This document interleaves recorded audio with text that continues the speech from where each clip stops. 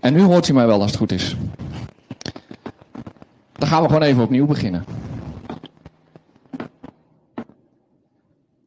Conferentie, Bits, Bricks en Behavior. Ik ga opnieuw beginnen. Opening, dag nummer 4. Van harte welkom. Veel aanmeldingen voor deze sessie. Het snijdt hout. Het is interessant. Ik ga het dan nu niet al te lang maken, want anders ga ik heel veel tijd van de heren afsnoepen. Normaal gesproken doen we dit fysiek bij elkaar. Dat kan niet meer. Dat weten we allemaal. Door corona zijn wij genoodzaakt om andere keuzes te maken. Dus wij hebben ook gekozen voor een online conferentie. Week van de gebouwautomatisering. Het programma deze week bestaat uit verschillende marktsegmenten. Iedere dag een ander marktsegment. Het marktsegment van vandaag is kantoor- en bedrijfsgebouwen. De eerste sessie, u ziet de heren hier al staan om me heen. Herdefinitie van smart building is deze getiteld. We gaan zo meteen in het Engels verder. Daarna, aansluitend in de volgende sessie, heeft u zich daarvoor aangemeld en heeft u daarvoor een separate link ontvangen. Titel, smart building en facilitering met indoor wireless. We gaan daar een case vastpakken. De Field Lab Smart City, Casus Johan Cruijff Arena. Dan na de lunch vanmiddag krijgen we een workshop. Besparen met thermische buffering en slimme algoritmes. En de vierde sessie van vandaag, Safe Return to Work. Dat is een case study. Hoe zorgt een gebouwbeheerder ervoor dat het kantoorpersoneel weer veilig kan terugkeren naar kantoor. En dan als laatste, vandaag, Utilizing Data at Schiphol. Benieuwd naar de mogelijkheden van data en hoe Schiphol dat heeft aangepakt. Niet zozeer qua visie, maar meer praktisch. Wat kun je ermee? Ik ga het niet te lang maken. Dus ik ga gewoon de heren hier naast mij aankondigen. Althans, jullie gaan jezelf wel voorstellen, neem ik aan. Absoluut. Ik geef het woord aan jou, Sybren. Succes. Dankjewel, Martin. Ja, goedemorgen iedereen thuis, op de bank, in bed of in kantoor in de stoel. Ik heb inmiddels kinderen die werken vanuit bed. Die doen dat met 1 hand op een keyboard. Die hebben een nieuwe vorm van programmeertalent ontwikkeld. Single-handed programmeren, zullen we maar zeggen. De bedoeling is dat we deze bijeenkomst in het Engels gaan doen. Dat is omdat we Dominic Myrick van Lee uit Londen erbij hebben. Alleen hebben we die nog steeds niet online. Dus ik dacht van, zullen we dan met z'n drieën maar gewoon in het Nederlands beginnen. En we schakelen om naar het Engels zodra we Dominic alsnog erbij krijgen. Als je zo eigenwijs bent om als titel neer te zetten Redefining Smart Building, dan is het verstandig om een paar slimme mensen om je heen te verzamelen. Het is duidelijk dat we dat geprobeerd hebben te doen. Frank, mag ik met jou beginnen? Zou jij weer kort willen vertellen wie je bent? En daarna krijgen we straks de gelegenheid om nog even iets over de verschillende ondernemingen te zeggen. Even bedankt voor de mooie introductie. Goedemorgen, mijn naam is Frank Bakker, sales manager bij Beveco gebouwautomatisering. En Jasper? Ja, dankjewel Sybren. Mijn naam is Jasper Schuurmans. Ik ben een van de oprichters van Mapic en ik ben in de rol van CTO. Dus het zorgen dat onze technologie aansluit bij wat we moeten kunnen en wat onze klanten willen. Dat is uiteindelijk mijn verantwoordelijkheid. Nou, het is heerlijk dat jij die definitie van CTO zo goed al genoemd hebt. Sybren de Vries, oprichter en mededirecteur van Chesswise en daar ook in de rol van CTO. Dominic hebben we nog steeds niet, maar Dominic Myrick is een van de partners consultants bij het adviesbureau Lee in Londen.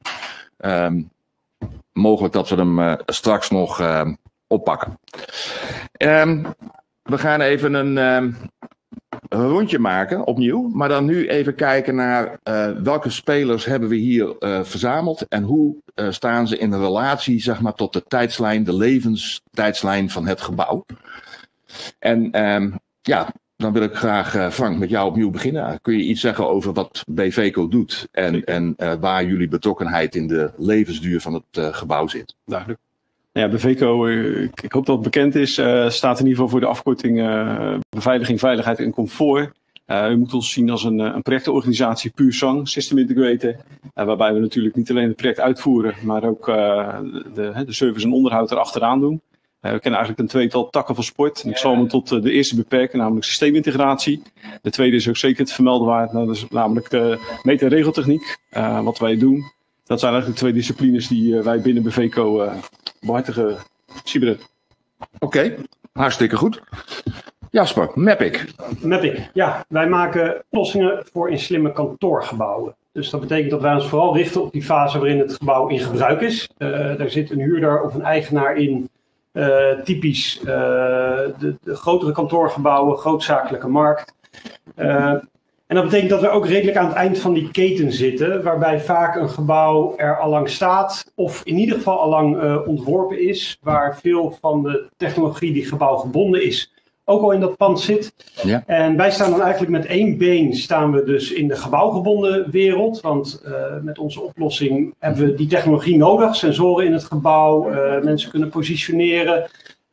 Uiteindelijk moeten we de medewerker in zo'n kantoor gewoon een goede dag op kantoor kunnen geven. Maar vanwege de fase waarin we zitten, zitten wij met ons andere been in de kantooromgeving van onze klant. Dus dat zijn ineens de ICT-systemen van een huurder. Hun reserveringssystemen, hun toegangssystemen.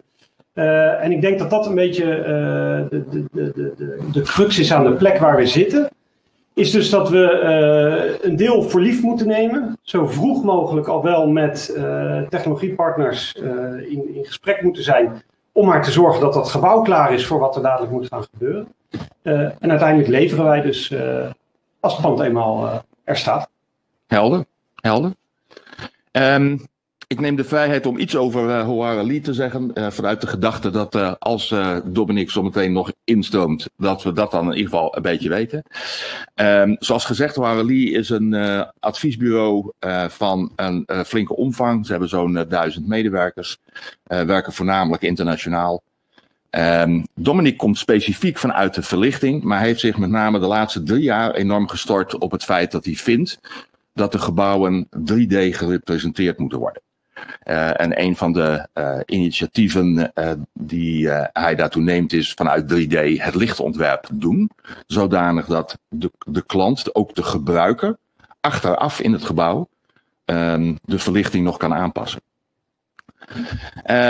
Chesswise, wij zijn zeg maar de leverancier van MyMesh, het draadloze infrastructuursysteem voor in gebouwen.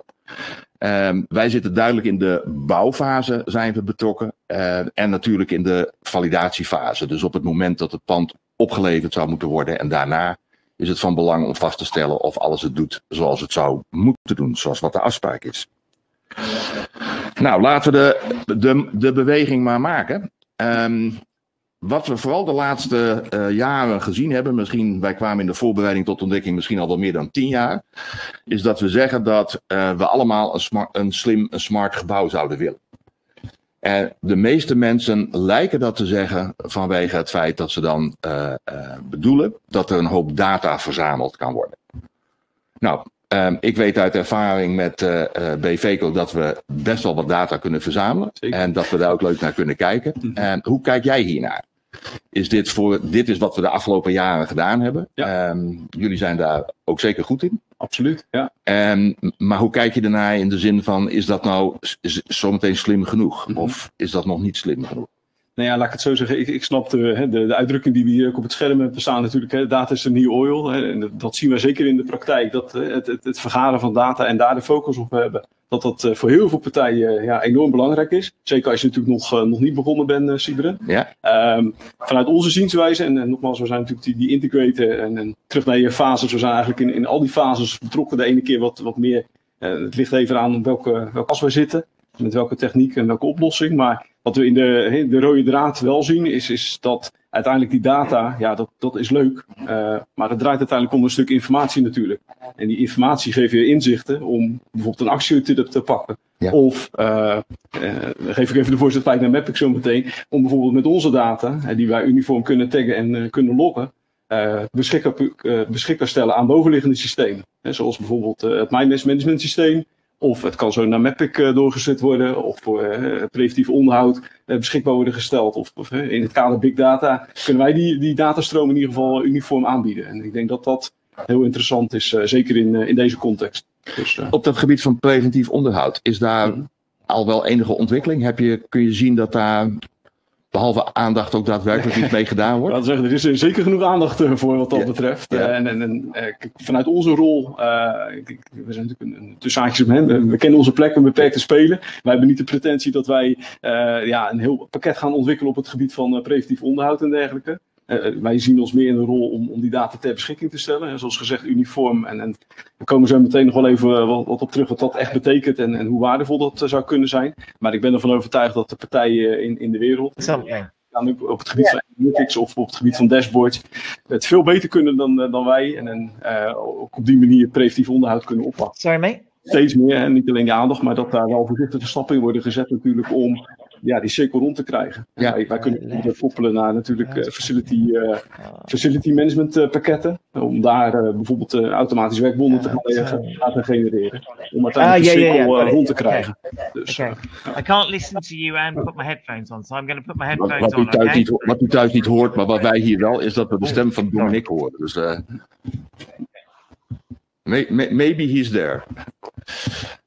Jasper, vanuit jullie positie. Jullie veel meer vanaf de gebruikerskant. Jullie hebben, zou ik bijna zeggen en verwachten, vanuit het gebouw live data nodig in plaats van historische data. Klopt dat? Ja en nee. Het klopt. Ja, nee, okay. Well, I'm sorry. I'm going to break in for a little moment because it worked. We have Dominic. I will show you that he's there. Exciting. This is what the people at home are seeing. Good morning, Dominic. I can see you, but I can't hear you. What fun this all is. Oh, you can't hear us. But you love technology. Okay. Perhaps you could try without a headphone or turn the volume up. We will switch anyhow. We started in Dutch, but we switch now to English to make sure that you can follow us. And hopefully you can hear us. We are going to work on the audio on the background. Okay, thanks. Okay, Jasper. Yeah, so we'll try again the data. Yeah. So if we're talking about users, actually, for Mapic there are two categories of users. There's the end user, so the employee who needs to have mainly live data on what room's available now, where's my colleague, I want to have a quiet place to work. Show me the route to there. At the same time, our customer, the facility manager, the real estate manager, can use all historical data in improving how the building's being used, maybe changing a couple of workplaces because this type of workplace is much more popular than another one. So we do need that historical data, but live data is of key importance to, in the end, serve our end users. And what I think is an important thing that was just said is that data is one thing, and it's almost a cliche that but you need information and not data. And maybe a third aspect, and that's what we're all learning this crazy year of COVID, is that also the questions we have asked our buildings have always been a little bit the same. How occupied is it? What's the temperature? How's the climate? But now this absurd situation makes us ask questions about, is it safe to be here? How much distance can people keep? Yep. And I think having a bunch of data is only valuable if you're also going to use it for new and interesting stuff. And calling COVID interesting is a little bit far-fetched maybe, but now we can truly learn the value of all the data that we're gathering. Sure, yeah. I think that is a very nice example of how you can use historical data in a set of new requirements that come up, like with COVID. Let's move on a bit, because we said this for the last 10 years, but we also kind of looked at it and said, but not a lot of things changed. So let's look at what smart means to us. And this is where we start the definition of what we think is important. I'm pretty sure everybody can read this on the other side of our presentation. Again, let's make a short round on why we put up this bullet and why this seems to be important to the three of us. Mm-hmm. Can I ask you to? Okay, I know the next slide. So okay. No, just kidding. But my point is even talking about stakeholders, and I fully agree. Of course, it's from data to information to actually the value. Yeah. And then you have to look into the roles of the various stakeholders, because as an end user you have a certain interest, but as a building owner there's another interest, right? And yep. They are not matching at the end, so that or there's an overlap maybe, and on some keys there isn't. So yeah. What about the first part of the sentence that says that we need to deliver information or the data that will fit to the expectations of the stakeholders? So one of the things that I've looked at in the last 5 years busy in the building installation world is that I've not seen a lot of built-in diagnostic, for example. There's not one of the reasons that people look at data analysis is they miss the real feedback signal coming from the valve or whatever is the actuator. Yeah. Well, so that could be something improved maybe as well. Well, from our perspective, what we see there, and especially in delivering, and also talking about our role, especially in I would say the operation phase, and when an operator is, for example, operating multiple systems, what we see, and especially in this area of smart buildings, is that there are numerous initiatives to collect data, right? It's all about collecting the data before connecting it, collecting the dots, as they call it. Yeah. But what we see from our role is that a lot of initiative starts.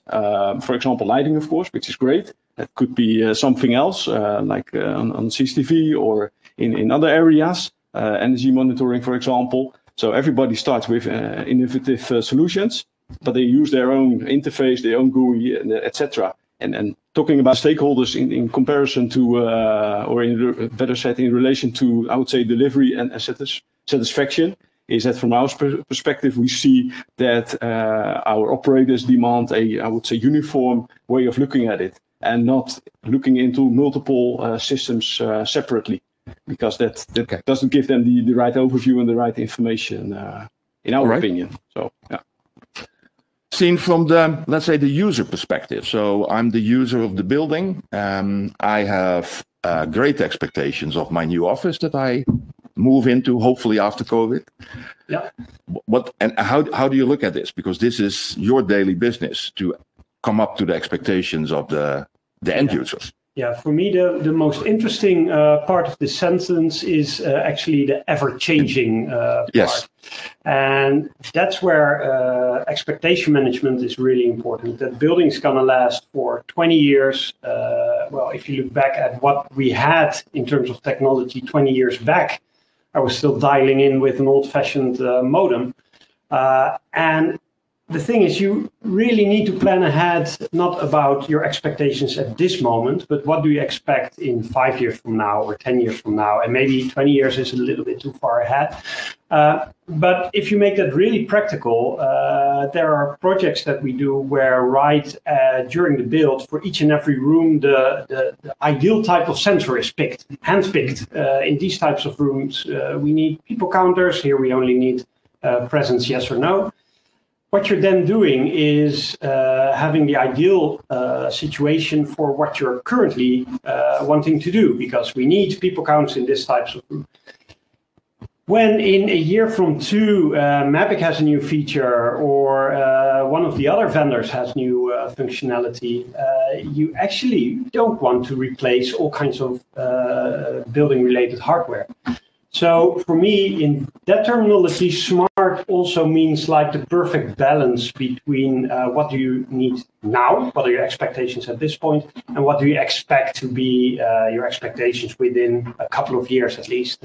Yeah. And that makes the lives of the end user in the end a bit easier, because also the big financial decisions are made when the project's starting and getting that funding. Yeah, that's still the case. Maybe we also need to change the business models there. But, that would be interesting. Yeah. Dominic, you can hear us, I hope.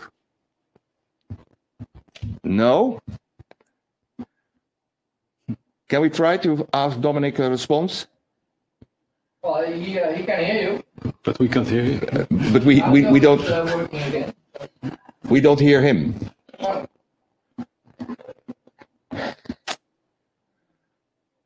Okay. Now let's. We will just continue.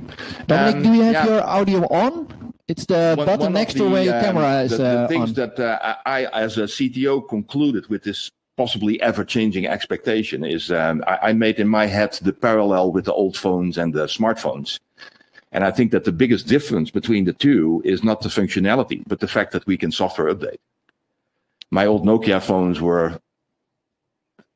they had firmware in it that could never change. So I always had exactly the same functionality, and adding something would be quite difficult, where the smartphones are smart because you can update them. Not only the operating system, but also all the applications. So this is for me one of the conclusions that I have with this first bullet. This has been a more and more important one. So a smart building should be capable of delivering against the stakeholders' expectation and prove it. Now, the proving is, of course, the real point. Mm-hmm. And in what kind of context do you have place this? Yeah, no. One of the things is that if you look at your software, yes, you can indeed log everything. You have tools to visualize the data. Absolutely.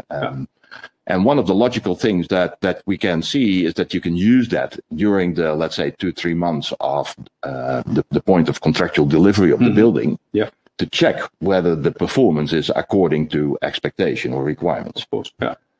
And is that already done? Are customers already using the software to do that? Well, we have, of course, also, I would say, the role of system integrator in relation to building automation. Yeah. What you see there, it's still quite, I would say, traditional in a positive way. But what I mean is there is, of course, a whole chain of people involved in, for example, a new build office, where there's a scope of works, etc., and then there's a clear path to, at the end, commissioning and hand it over to the building owner and the end user, etc. And from that perspective, of course, we follow that phases. If you look at the other part, our system platform. Okay. I'm just We're still learning if Dominic now hears us. Yes. I don't know if you can hear me now, but I can definitely hear you guys. Okay, now Dominic, that finally gives us the opportunity to introduce you. Maybe just jump in, and we talked about the first 2 bullets here. So let me ask you, because from Hawara points of view, I mean, in the past of some of the discussions we had, proving that the building is delivered against the expectations, requirements of its stakeholders is, I think, a very serious point. It is. Do you see any progress there in using all kinds of tools based on the data that you can get out of the so-called smart building to do that? I think that the requirement for getting a building to work has become a critical part for most of our clients. So in the past, for example, we as designers and engineers would create a building. We would tell them it's going to have a certain value in terms of the amount of energy it's going to use, or the heat it's going to keep out or keep in, or whatever. And we would come up with a set of criteria and say, this is how the building is going to work. And everybody would approach designing that building and making that building to that set of criteria. And then when the building was done, we would go, cheerio, bye, and we would be off. And the question is, well, hold on a minute. You told us it was going to perform like this. How do we know it's going to perform like this in 5 years, 10 years, 15 years? Jasper mentioned that before, that this idea that things are constantly changing. So I think one of the conversations we had offline when we were setting ourselves up is that the desire for a client base now to be able to monitor their building so that what we said it was going to do can be proven to indeed be how the building is working. That's number one. In other words, you said it was going to be like this. Now let's see that it is like this. And obviously, when we talk about a smart building or an interactive building, that's obviously something that we've got to get back out of that building to prove that what we said it was going to do is how it is actually performing. That's number one. Secondly, number two, as we were discussing when we were offline, that what we decide as being an acceptable set of criteria for energy, power consumption, maintenance, and sustainability amongst us, let's be totally frank here, four old white men, is one set of criteria. But what happens when Extinction Rebellion, Greta Thunberg takes over that building and wants the building to perform in a much, much more energy efficient way or a more sustainable way? The building has to obviously be able to respond to future requirements, not just the requirements of the moment it was built. Okay. I will put up the last bullet, but in the meantime, I will also move to Jasper, because I remember a sentence that you in the past put into the air in a conversation with me, where Mapic in earlier days was also used as a tool to prove that the building was correct or that the installation would do certain things. And you try to get away from that, because misusing your software to do that is, of course. Yeah, I think it all starts out with that if you really want to have a smart building, by definition, you're going to have a lot of parties involved and a lot of connectivity between the systems. And it also means that you need to find a way how to prove that each party delivers what they should deliver. Mm-hmm. And you also need to be able to test the end result. So what you're referring to were projects where actually on the day that one of the vendors needed to deliver their services, and it could be something as a certain type of sensor that should be tested, does it work or not? If there's no way to visualize whether that sensor is working or not, that's going to be a little bit hard. At the same time, we're talking about the phase where you still need a hard hat and security boots to enter the building. So it's a building site yet. And that means that we, as we saw in the slide about in which phase are we involved, there's no place for Mapic at that time. So we've always, since then, been trying to make sure that, yes, we're building something together, but each of the parties has to think in advance, how are they going to show their customer that their solution is working? And I think it results in a much healthier situation, less pointing fingers when something does not play, and also making sure that when systems are being connected, that you actually cut the interfaces at the right parts. Because if you're providing a sensor, then what you have to prove is that that sensor provides the correct information, and then you're done. We have to prove that we can consume that information and make a UI out of it. So that's up to us. And really making those separations between interfaces clear, in the end, helps for a smoother project in the end. Yeah, the interesting thing is that when you talk like this, to me, it really sounds like it's the software world. Because this way of testing is really the way software people test their own software. Yeah. And building, it will get more and more software oriented. So we will need to copy those technologies. If I can add something there, Sibre, if you mind. Sure. If you mind. What I see in I would say in our practice is, I would say on a field level, the various autonomous systems working separately, collecting data and do their stuff like fire detection systems or CCTV intercom or building automation, etc. In our world, we put that layer on top of it as a management platform. It's all software, so we can adapt easily and be on top of that and adapt also for future expectations, as already discussed. But even more important, and especially in optimizing, is that, and there it comes again, the uniformity of tagging and logging, is getting that data not only from the systems to our layer, but also on top of that. And in our opinion, make that circle completely around. As we already discussed, like with predictive maintenance, for example, you can do all other stuff related to big data. And that's, of course, the buzzword or the promise for the future. But in my opinion, there is absolutely talking about smart and huge rate of improvement and opportunities, of course. So, and therefore, and I'm not selling our product here, but my point is, in our vision, in our view, you have to step away from the systems itself and make that available throughout the complete system, and make interesting combinations with that to actually optimize those performance over lifetime. Okay, thank you. Let's move to the next slide, because one of the elements that we also see related to smart buildings, using this definition as we put it up earlier, we also recognize that there are lots of different aspects that you need to look at, but also a lot of different stakeholders. With this image, we just want to show that not that this is the extensive list, but it shows that on the two different angles, so the aspects and the users, we have quite in time and in functionality, even contradicting requirements. Maybe Dominic, I will give you first the floor.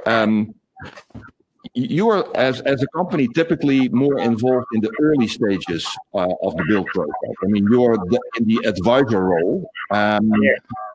What about talking to the investor or the developer that puts up the money about, at the end, the end users that come into the building? I mean, if you look at a slide like this, you can see the contradictions in Absolutely. I think as you're intimating, fundamentally, there's lots of different people who get involved in how buildings get built and used, and they all have different drivers. I'm always telling my designers when they go to a design team meeting that if you're sitting around a table with all these different professionals, and for example, we're talking about lighting design, that's my expertise. If you're talking to the QS over on the other side of the table, we will say, oh, the light fittings or the interconnectivity of the light fittings needs to be like this. And we will be judged by the visual impression of the space, or in the context of the conversation we're having here with the interconnectivity of that kit. The QS, the quantity surveyor, he doesn't care about that at all. He just cares about cost. You know, if I come to him and say a fitting is 200 or 300 euros, and he's got a spreadsheet that says it's 150 euros, then fundamentally our criteria changes. I want it to look good. He wants it to be cheap. And I think that this sheet shows you just how complicated it is to satisfy everybody when we talk about trying to deliver a building, from the developer at one end to the end user at the other. There are very complex drivers for each person who consumes that building. Okay. I think changing to Jasper, because if I look at your applications, you need a certain infrastructure in the building. So although the end user, the renter of the building, is your customer, if the infrastructure is not in the building, you need to put in yourself, or otherwise the investor needs to take it at his account and do it. So he needs a certain vision. Yeah, and let's start with the latter. Yeah. I think there are some challenges because an investor understands the real estate world from their perspective much better than we do. Sure. What they also want to make sure is that their investment is safe. So what's safer than having a physical on-off switch for your life? Because whatever happens, if Mapic no longer exists, any other vendor no longer exists, that light will turn on and off. And I'm making it a little bit more, I'm exaggerating a little bit. Yep. And then when we switch to the level between building bound or tenants bound, There we actually see both. So if we're in a nice project, there is infrastructure in the building already. But a lot can be done during the fit-out phase as well, especially with wireless sensors, not too many, not a high power consumption. So the footprint on the building is relatively low. So you can, in the end, make any building that wasn't built smart at all, you can make it smart and retrofit it. But again, the sooner the better, if that infrastructure is there. But that also means understanding that there is an investment in future development of the building. And that's, I think, what I heard Dominic said as well. If everything is translated in the end to a square meter price, then you really need a visionary investor or a visionary building owner to understand that. I will just jump to the next slide, because this visionary is something that we should maybe look at. Dominic, you mentioned Greta already, yeah. And I put her on the slides next to Absolutely. Good call, mate. Good call. Because basically, like COVID has brought changing requirements to the world, our new generation can bring new requirements to the world, and maybe much faster than we think. So yes. Talking about changing requirements, how would we look at meeting those changing requirements? So what do we need to have, and what kind of flexibility do we need to get to this zero net carbon world, or maybe the Greta Thunberg world? Absolutely. Well, absolutely. I mean, the fundamental thing we've got to accept, I think, is that whatever number that we think about as a society at the moment, and I'm talking about a first world society, we've got to remember that that number is always as a function of the consumption that we have had before. So if I have a consumption of 10 and I say to everybody our consumption should be 2, that's just too much of a jump for our society at the moment. So this is why, you know, we see these reductions in net carbon zero going down in slow increments. What the Greta Thunbergs of this world have said to us, the young have said to us, is that's not fast enough. You know, you're not going at a speed that means that the planet is not going to implode, and we're going to have nowhere to live. So you need to think faster and quicker than you are at the moment. And I think that is our imperative right now. One of the conversations we had amongst ourselves is the fact that actually when we talk about smart buildings and we talk about making buildings interactive in a way that means that we can monitor and manage for example, the energy, which is the big net zero carbon conversation. Actually, the infrastructure, the stuff that needs to go into that building so that we can see how it's performing and perhaps optimize it so it does get to this zero net carbon requirement is pretty cheap, really. Compared to the building's cost, it is cheap.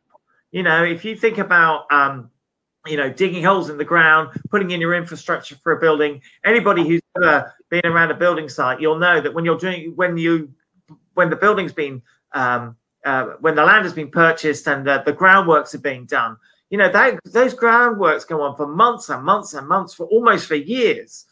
And that's because the cost of putting in your groundworks for a building is an absolute fortune. If we go to the very other end, which is to make an interconnected building, which allows you to monitor its energy and perhaps, you know, make sure those toilets are off, make sure that meeting room is off, you know, turning off the air conditioning because there's nobody in there. You know, the cost of that infrastructure in comparison to the whole cost of the building is peanuts. It's minuscule. And therefore, what Greta Thunberg and everybody who has that sort of agenda in their minds is they're saying, look, for goodness sake, if you're going to spend money, you know, spend on things that allow us to show that we are reducing the energy consumption in your buildings, reduce them, realistically reduce them, because our future depends on you getting this right.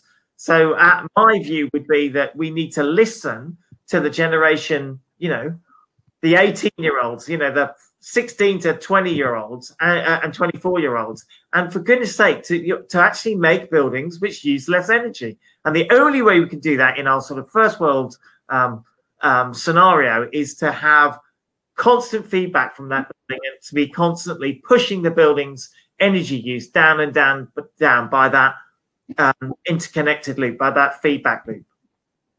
Yeah, basically, I think looking at redefining the smart building. So basically, the topic of our gathering here is, as we said earlier in the bullet points of the definition, that you want to also to prove what the building is doing, but also be responsive to future changes, future changing requirements. This is, of course, one of the biggest changing requirements that we can see in the near future. Jasper, any correlation to this subject? I mean, you have, we understand, everybody understands that we need to move. I mean, at least I have no doubt that we need to do something. Yeah, and I think the behavioral part, as it is, BITS, BRICS, and behavior conference. Yeah, I think it's not only the building itself, but what we now see is that by being force-fed into working from home, there are actually two reactions. At this moment, everyone would be really, really happy to be right back in the office because that's where it happens. That's where you spontaneously meet people. At the same time, or our governments and the situation have learned us that working from home is for a lot of people much more possible than we always thought.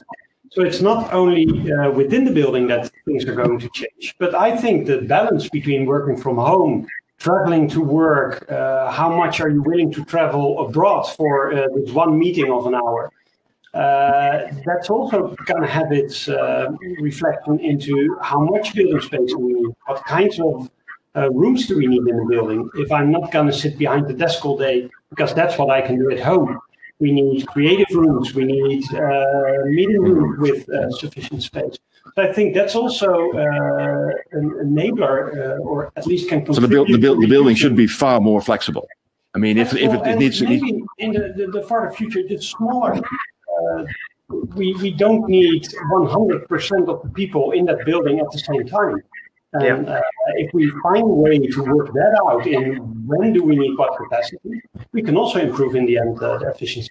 That's, of course, limited to what we would call office space, because if I go for a hospital, then I would still need for a full 100% the space. Yeah, but that's my bias being from the office. Yeah. It's just. I mean, I would push this conversation even further. I think if you think about a smart building, and we're talking at the moment of software and technology, but I think smart building is the smart building where you monitor the inside of the building.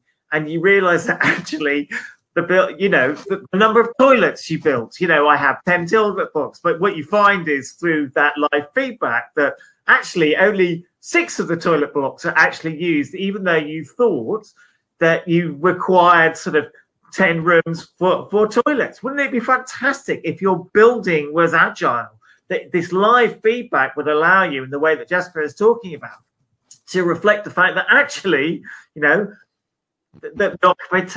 occupancy of the building is 50%, 40%, 30% of what we thought it was going to be. And so you see these 4 blocks that were toilet blocks. Well, let's rip the toilets out and put in something else, because actually what the building is telling us and what the feedback is telling us is that those toilets are not required. The number one issue with buildings at the moment, in terms of that my world, in terms of the services that go into it, is that we over provide.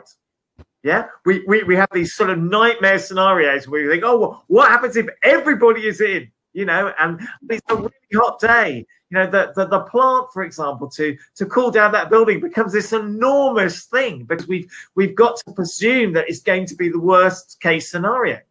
Now you can imagine that the people who object the least to that scenario are are the providers of the equipment, you know?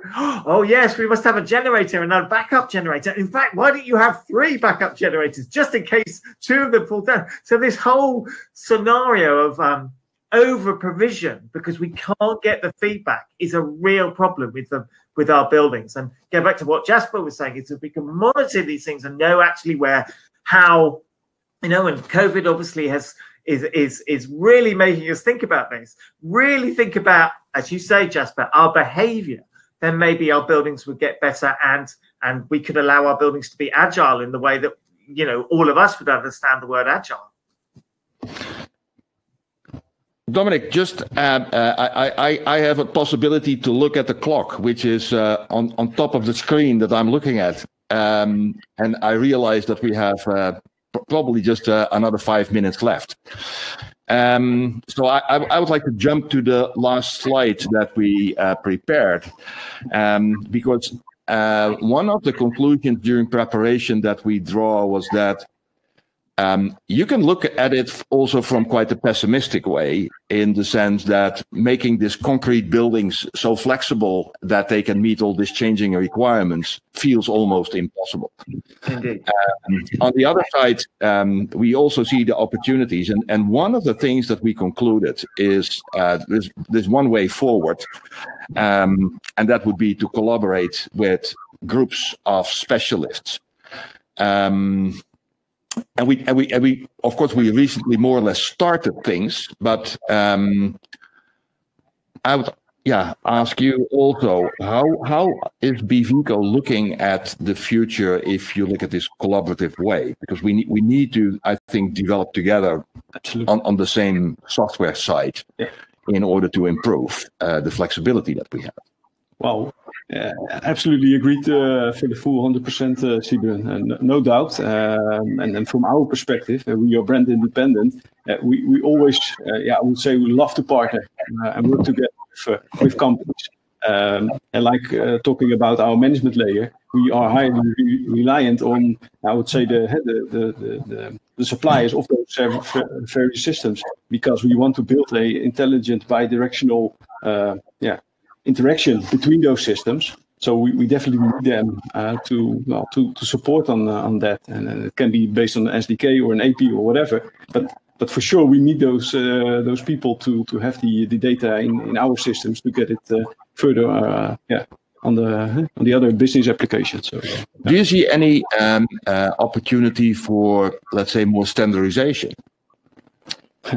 Yeah, well, it's funny that you mentioned that, because yesterday we also had a meeting here. It was more related to the data center world, but I see a parallel in relation to your question, because in a certain way, building automation is standardized. We have BugNet, we have Modbus, etc. So I think that's already covered pretty well. But on the safety and security part, we also cover. There is a trend for sure, but they are not there. They are lagging behind compared to the building automation world. So, but that would be great, of course, because at the end, you want to interact and get that information across all those systems and make nice combinations, like Dominic already mentioned, like building occupancy.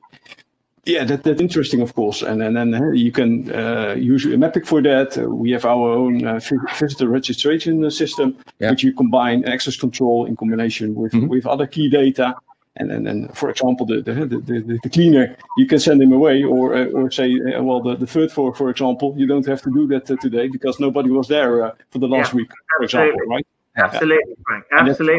Absolutely. Why clean a floor when there was nobody there? And this happens all the time. But the example is already out there for years. But nobody yet did it. Jasper, what about Mapic and collaboration, and maybe the standardization that we kind of like to have? Yeah, so collaboration is key, and I think to keep a healthy collaboration. Even every combination, if I partner with Chess, I must just as well partner with your biggest competitor, and everyone must be happy.